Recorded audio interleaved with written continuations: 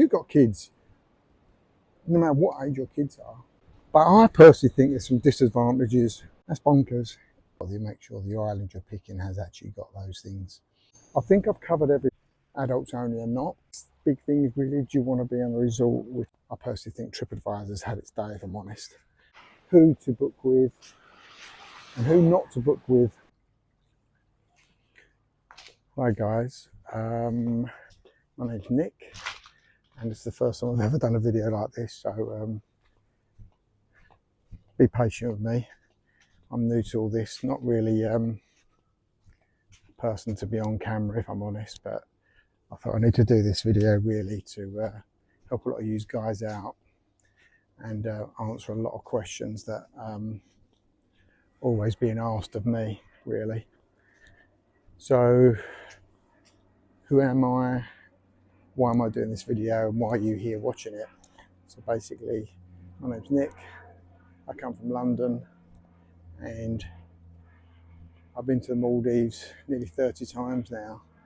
So hopefully you found this video because you want to know more about the Maldives and you don't want to make all the mistakes I've made.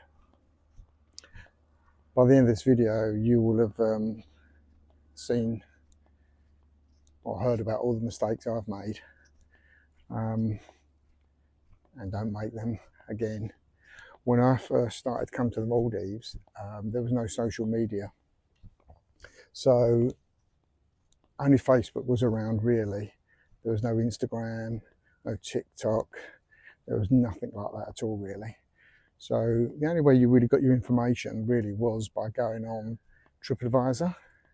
And TripAdvisor, it was good back then.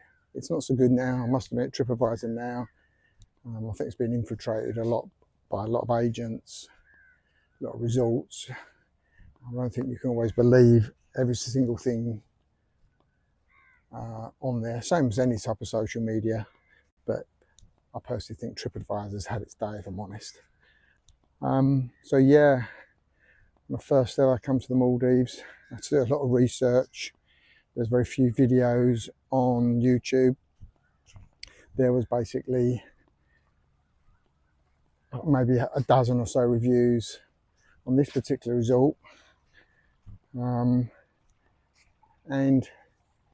you have to really do a lot of searching around and try and make up your own mind. But I did have a bit of an idea of what I did want, and I'd like to share some of those things with you because you're obviously going to be thinking about booking a Maldives holiday, and there's quite a few things you just need to ask yourself. Hopefully I cover more in this video, but like I said at the beginning, please forgive me, I've never ever done this before, so I'm no expert. I don't work for anyone related to the Maldives. I don't work for no agents. I don't work for the resort. I'm just someone who's quite passionate about coming here, and I've come here a lot and I've learnt a lot, and I've made shed loads of mistakes. So yeah, probably I would say the first thing you really want to ask yourself really is, it's really awkward, this question, is how much money do you want to spend? Because that could really dictate where you're going to pick, what island you're going to pick, and also as well what type of accommodation. So yeah, once you've actually thought about your budget, then really that's going to home in on where you want to be.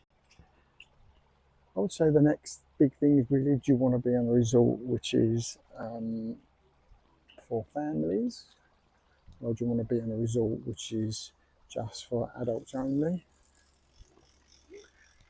So even so, this resort I'm on at the moment is a family resort. By the way, this resort is Olivelli, Siam Olivelli. This resort is a family resort, but it's not overrun with kids. It's so big, there's so many places to go that you can get away from any kids. So yeah, don't over worry about whether the place is actually adults only or not. And this particular island as well, there's a separate sub-island which is adults only completely, and then there's also swimming pool areas. So this pool here, just behind me here, this pool here is actually family pool, but there's another pool right over here which is adults only. So again, you know, don't really fixate on that unless it's an absolute deal breaker, because there's always plenty of beach and plenty of places to escape any kids. Yeah, so that's probably the next thing, is adults only or family resort. Then I would say, for me, the next question is, how far do you want to be away from the airport, and do you want to come by seaplane or not? So you're probably thinking, well, is there an option? Well, yeah, there is. So anything generally more than about an hour away from the airport, you end up going by seaplane. So this particular resort is 45 minutes from Maldives airport. But if you're going to go longer than that, yeah, seaplane. And seaplane, if you haven't done it, is one of the most amazing things you can ever do. And you'll just go across island after island after island in the seaplane, seeing the most amazing things. So it's definitely worth an experience of doing that. But for me now, the journey out here is long enough. And just to put that into context, that is basically, I would say anywhere between anywhere between 9.5 to 10.5 hours from London.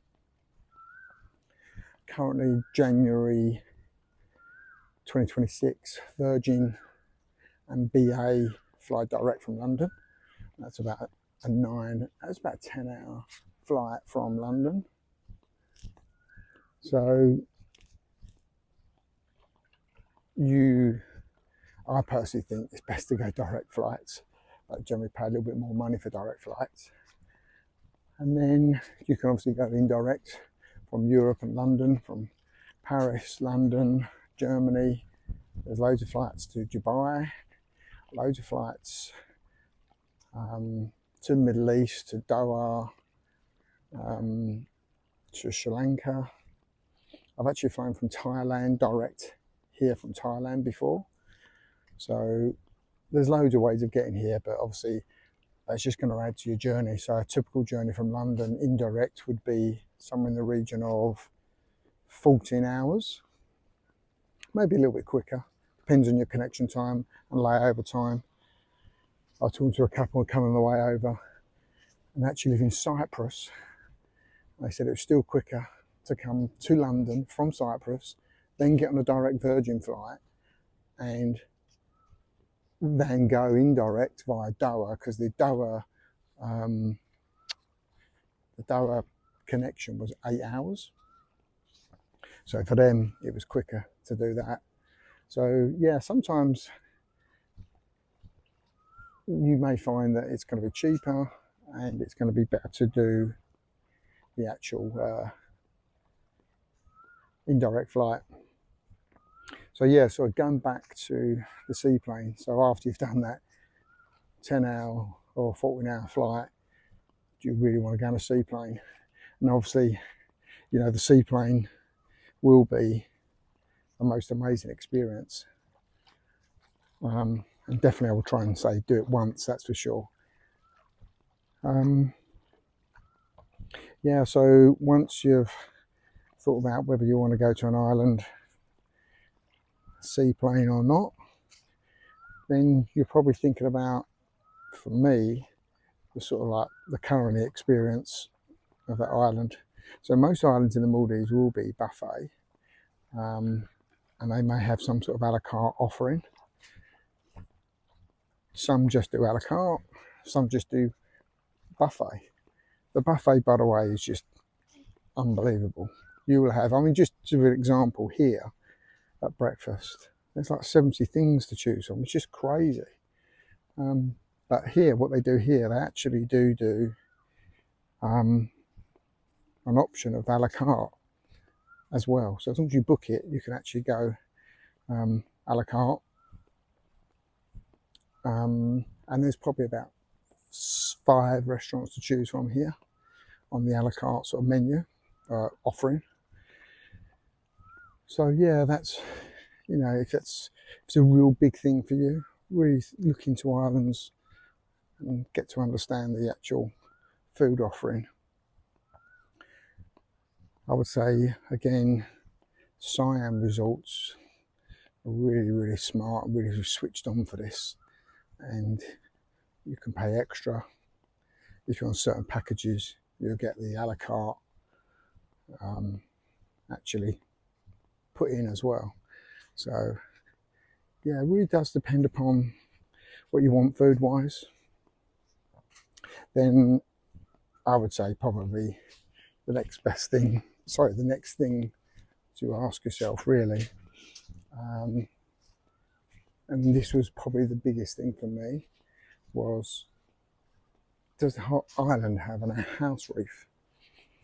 So you're probably thinking to yourself, well, do they all have a house reef? No, they don't. So what you end up doing is you will end up going to an island where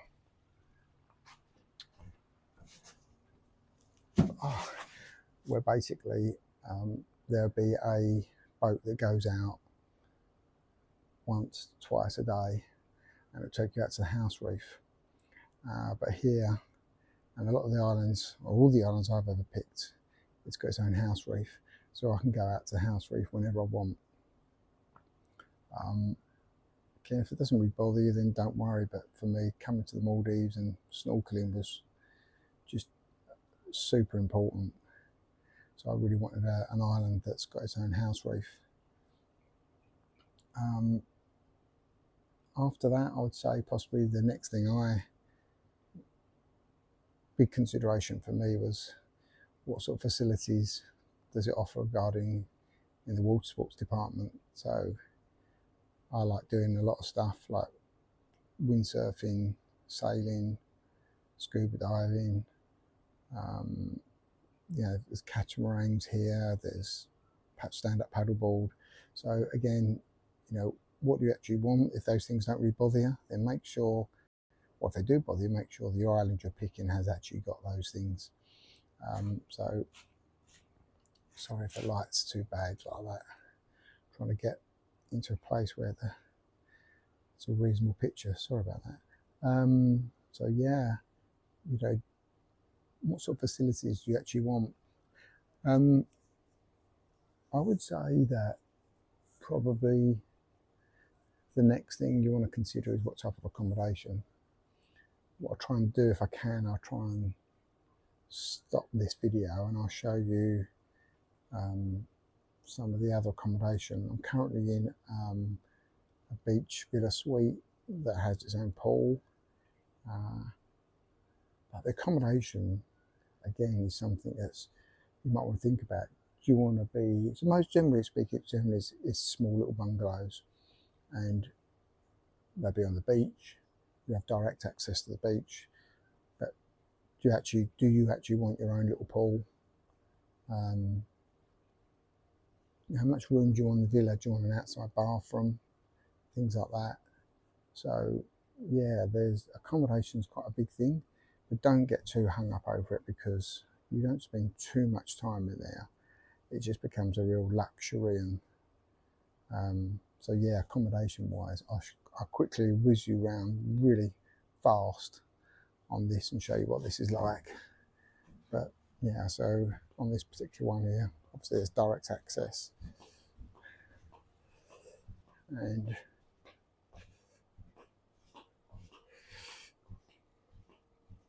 I'll just take you through.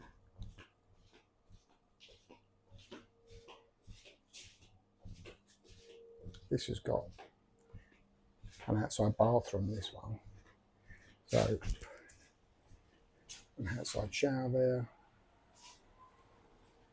sinks, bath, you know, just everything you can want here. But that's really going to affect the price. That's really going to, you know, push your already stretched budget up.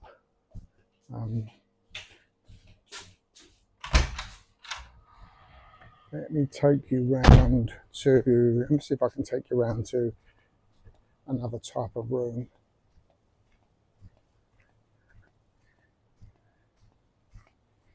I might have to cut this and get to the other one, otherwise just a two walk and you're going to get bored. Sorry about that. So I thought I'd just cut to another type of accommodation that you might be considering. So there's beach villas, and then there's obviously you have water villas as well. So the water villa experience is absolutely something everyone wants to do, and you've got to do it at least once. Even if you come here, you could go on to a beach villa and then request that you go and stay in a water villa for one night or a couple of nights. So I'm currently now walking out to, these are grand water villas, and these ones have swimming pools as well. So yeah, you'll always be walking out on a little deck like this, and the advantages of these villas, and there are some disadvantages as well, and you'll be surprised. So this is a good reason why you're here, to understand this. The advantages of these are they're super private. Even though all the villas are private, they're super private, and it's really quiet. So any noise in the island, it's so quiet. It's lovely and peaceful out here. You've got direct access into the actual ocean from your villa. And also, you know, for that Instagram experience, you really do want the water villa. And it's what you see everyone doing, posting videos in the water villa, having breakfast in the pool. But I personally think there's some disadvantages, and there's especially some no-nos as well. So today, every single day, by the way, in the Maldives is like 29 to 31 degrees. It's even like 28 degrees at night. These kids, if you've got kids when you're in a water villa, can you imagine the panic you're going to feel all the time when you're in a water villa? So, and also as well, a lot of people, lots of lagoon areas where the beach is nice and calm. But then when you get out to the actual water villas, morning, when you get out to the actual water villas, the sea can be, well, the current can definitely be quite strong. And only a real good strong swimmer will be able to go out in it. So today is particularly, I would say, rough out here. And just to give you an idea, now I've got a lot further along. You can see this flag blowing away here, and you can see what it's like out there. So yeah, there are other water villas. I'm going to try and take you to some other water villas that are a bit calmer and they're more in a sheltered sort of area. But also as well, I think when you're in a water villa that you haven't got outside space. You've got a small bit of outside space, but when you're in a beach villa, you've got a whole beach to play with, really. All right. When you're in a water villa, no one can actually walk past a water villa, and it's super private. But yeah, listen, it's a personal preference, but you're going to pay generally speaking, you're going to pay a premium to be in a water villa. There are certain resorts I've been to, Cora Cora. I'll talk about that in detail maybe later, but standard entry level is a water villa, and the next room up at Cora Cora is a beach villa.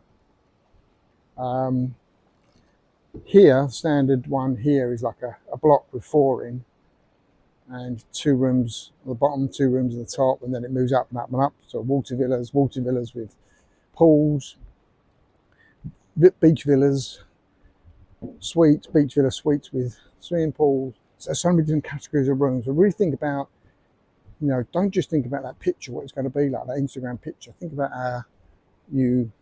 what you actually want from your trip, and do you actually want to be on the beach? If you've got kids, no matter what age your kids are, I personally think you want to be on the beach, especially if they're boys and they want to play, you know, a little kick around the football on the beach, or you can trust them at a certain age and they can swim, they can just walk into the shallow water and swim. They're out here, even if you're kids, and I say kids under the age of say 12, 14, unless you're a good swimmer, I really would worry about them being out here. I don't want to worry you guys, but yeah, it would worry me. We actually stayed in a place called Siam World last year, and we stayed in a water villa. I was with my 2 grandchildren. One was about 12, no problem at all, going down the slide into the water. He's a really good swimmer. The other one, my other grandson, he was only 1 year old, but he was not mobile, so he couldn't go anywhere, so it wasn't too bad. But now he's nearly 3 now, and I couldn't imagine him being in a water villa now. It'd be crazy, because you know, he's running everywhere and he wants to explore everywhere. So yeah, it's a real big consideration. And I don't think a lot of people really do think about it enough. So definitely think about that. Sorry, a bit of problems with the camera there. Definitely think about that. I'll see if I can pick you up on the video another type of accommodation. But whilst I'm here, I'll just show you. This is, every island has got like a spa, etc. This place here has got a spa that's over water. So actually when you're having your massage, you look your head down and you look into the ocean. It's absolutely crazy. And you walk out to it. I'll just show you, so I'm going to turn you around. So you walk out to it like this. It's actually closed at the moment. And then each one of those villas there, they look like villas, they're actually treatment rooms. And you sit there, lie there, sorry, and have a treatment. That's bonkers. And definitely worth a visit, whatever island you go to. Definitely worth that visit. So yeah, what I'll probably do, I'll probably pick this up, another type of accommodation, to give you a better understanding of accommodation. These particular villas that are behind me here, these are actually deluxe, they're called Grand Deluxe beach villas, and each one has like a swimming pool, very private, and obviously all of them will have direct access to the sea. So yeah, that's my preference. I don't know what your preference would be. So yeah, my preference would be on the beach. So you've got this outdoor space to play with. That would be that'd be you getting really the most out of your Maldives experience. But some people just want that water villa. Sorry, cameras all over the place. As I said earlier, I'm no expert at doing this, so please forgive me. Hopefully I'm bringing some sort of benefit to you guys, and if I am, please, you know, give me the thumbs up and subscribe. We've got loads of videos on our channel that you can watch.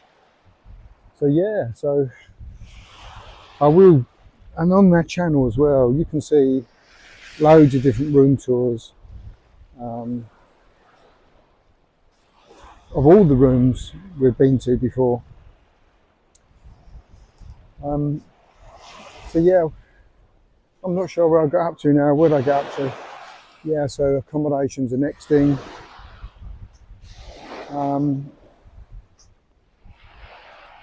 Talked about the flights.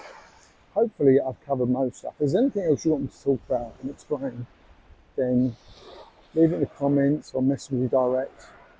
Also as well,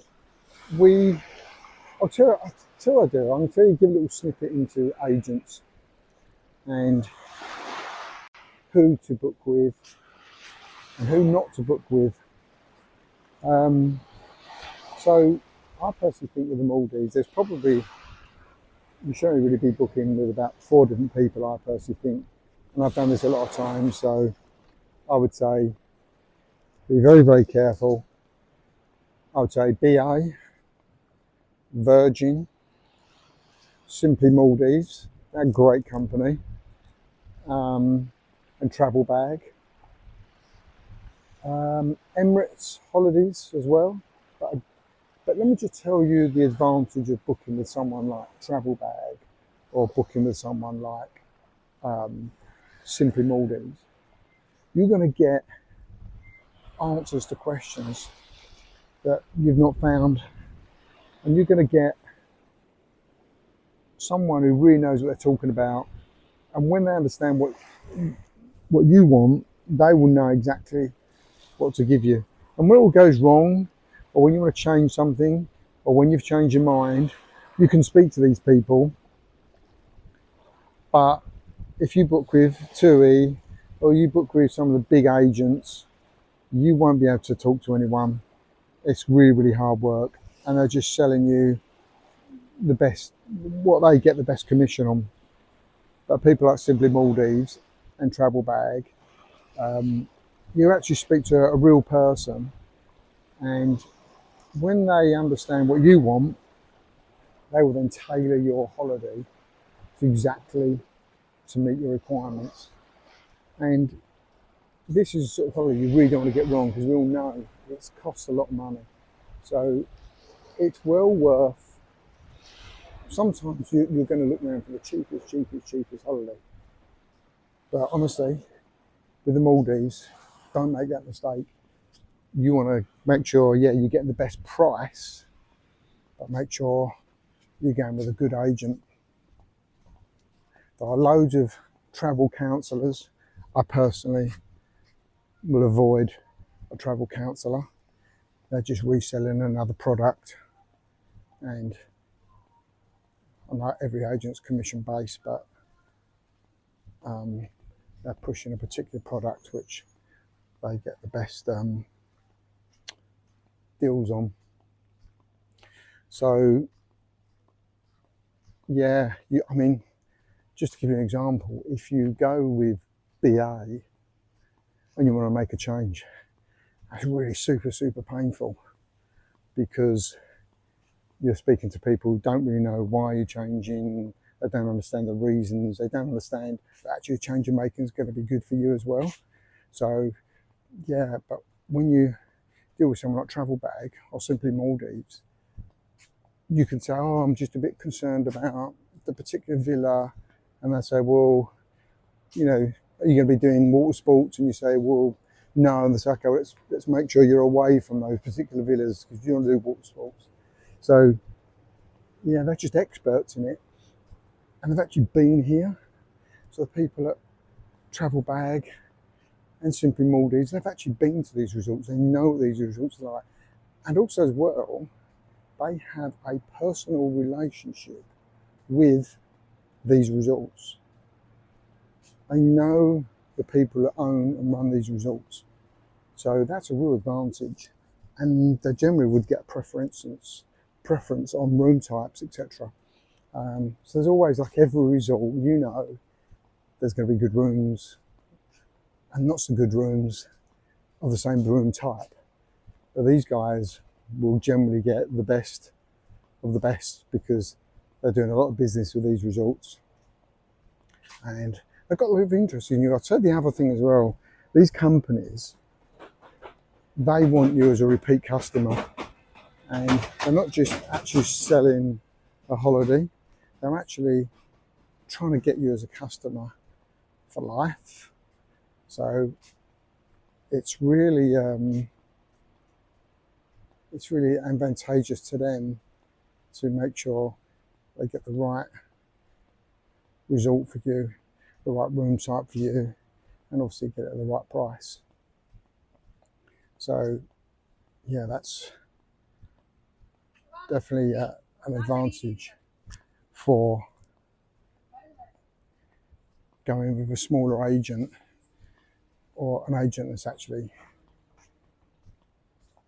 you know, a professional in this area or an expert in this area. This, where we're going now, actually, I'm just walking across this bridge now to, this is a part of the island called Romance Island. And this is actually being basically sublet to TUI. And it's run by the Siam company, but it's been sublet to TUI. So if you want to book this resort, this is the road that goes over there. If you want to book this resort, basically you've got to book it through TUI. I do believe Siam do bookings direct, but it's actually mainly for sort of TUI customers. So yeah, this is one of the places I told you about, this adults only. There is adult areas back on that island, but this is just adult only. I'll see if I can pick you up there. It's quite a long walk into the main area. I'll pick you up and I'll show you some of the accommodation here. So I will do, I've jumped around a little bit, but I will do a full island review of this. You'll probably find that on my channel somewhere, and I'll go around the whole island. But currently we're in the Romance Island. So Olivelle is actually made up of 3 islands: the main island, Olivelle, Dream Island, and then Romance Island. It is all Olivelle, but they've got 3 separate islands and they're connected all by a bridge. And I could explain to you more about the island, but this video is more about actually the Maldives in general and booking and what to look out for. So yeah, look out on my channel for a video just explaining the whole island setup and what it consists of. But I mean, it's currently now, I think it's about 9:30 in the morning, and yeah, it's rammed, absolutely rammed here at the moment. So I mean, I keep saying it, but I'm new to this, so any feedback will be welcome. Don't really mind criticism at all. I know there's other people who probably do a better job than me, but I'm just trying to think of a way I could give you my experience in a video. And I just thought this walking along type of a video would probably work best. So yeah, I think we covered agents now and what to pick in an agent. The other thing which I've probably not mentioned yet is that if you go right back to the beginning of the video, I said that when I first started out here, there was not much social media. And I sat on the beach one day and just went on Facebook groups, and I found that there was no actual group or anything dedicated to Olivelle or the Maldives. So I started up a Facebook group, and I'd love you to go over and join that Facebook group. So if you just search Olivelli guests resorts, you'll find the Facebook group on there. We've got about, I think, 18,000 members currently. We've also got another group for Siam World, and we also have a group for Kora Kora. 3 amazing resorts. So yeah, if you want to speak to and connect with people who are at this resort right now, you can go on there, ask a question, and you'll see real people giving real answers. You can post questions on there, look at videos, but use the search facility on there, because we do get regular questions all the time, like every Facebook group does. I'm sure if you're familiar with Facebook groups, when someone new comes on, they ask a question that has been asked a million times before. And the typical type of questions are basically, what are the plugs like? What's the weather like? And can I pick my own room? And things like that. So yeah, have a little look on there, and you'll see, morning. Have a look on there and you'll see basically a wealth of information that's basically going to help you decide whether the 3 islands that we've set up groups for would suit you. I think I've covered everything, but if there's anything else that actually you want me to cover, then put it in the comments. There is other things you might want to know about the Maldives, about trips and what's good things to do while you're here. Things like scuba diving. Just quick tip on that. If you think about doing scuba diving, I would try and complete your open water, or almost complete your open water back in the UK or your home country, and then do the final open water dive out here in the Maldives. Don't do your training area, because any of you might know who's on this journey, it's actually there's a bit of classroom based stuff to do. So basically I would complete most of that out in the UK, and then when you come out here you can complete the open dive off. You can just do a taster dive out here where they put you in the swimming pool, check you're okay, and then they just put you in very shallow waters like this type of thing here. So yeah, I mean, there's so much to do, and I've probably covered that in other sort of videos really, but hopefully I've given you a good insight into booking a Maldives holiday, what questions you should ask, etc. And if there's anything else, like I say, put it in the questions.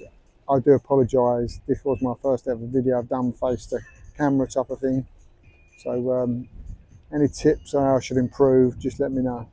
Cheers guys, thanks for watching, and please subscribe to the channel, and hit that like button as well. It really helps, and have a look at all the other videos that are actually on our channel, and let me know if it helps you book the right holiday. Cheers.